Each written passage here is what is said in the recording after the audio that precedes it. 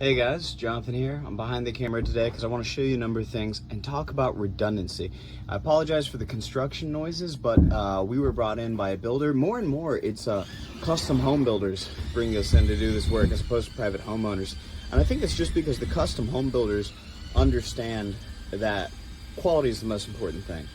And so we resonate very easily with them once they realize what we're doing. They're a little more technical, and so I think they're able to just comprehend what we're bringing to the table really easy. First thing I want to show you is that this is a roughly 1,800 square foot crawl space we're in. We have two automatically triggered. I don't know if you can see that way down at the end. Sorry, they left this portion of the floors open for us, and the plumbers came in here and made a big mess. I'm going to clean that up in a second. Two automatically triggered humidistat fans so that we can pass air from one side of the crawl space all the way over to this side of the crawl space. Now, frankly, that is an Aprilaire E80. It's rated for 4,200 square feet. So we're more than doubling it. Does it need those humidistat fans? Probably not.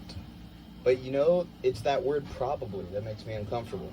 I want to make sure, because I warranty the end product in a way no one else does. I want to make sure that this side of the crawl space stays low moisture content and mold free for forever. And so we have these pretty redundant fans. They're only going to trigger an extremely high moisture content, but still below the area of danger, 80% relative humidity. They're set to 70.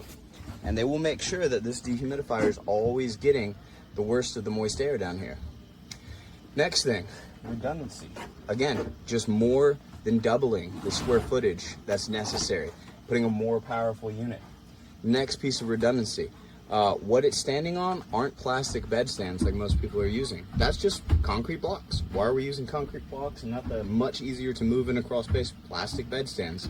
Because I don't want a plumber or someone else to just knock over my stuff or bump it weird. Hence, big concrete blocks. And then last thing, look how complicated my gravity drain is.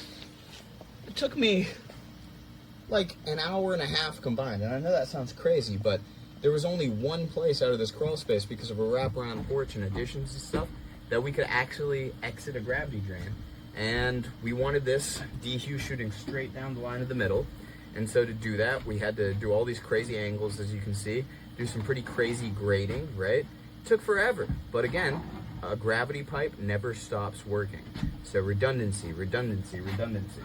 And that's kind of the moral of the story, is just, if you want this thing to work forever, you need to go a little overkill. Overkill is underrated. All right, that's my spiel.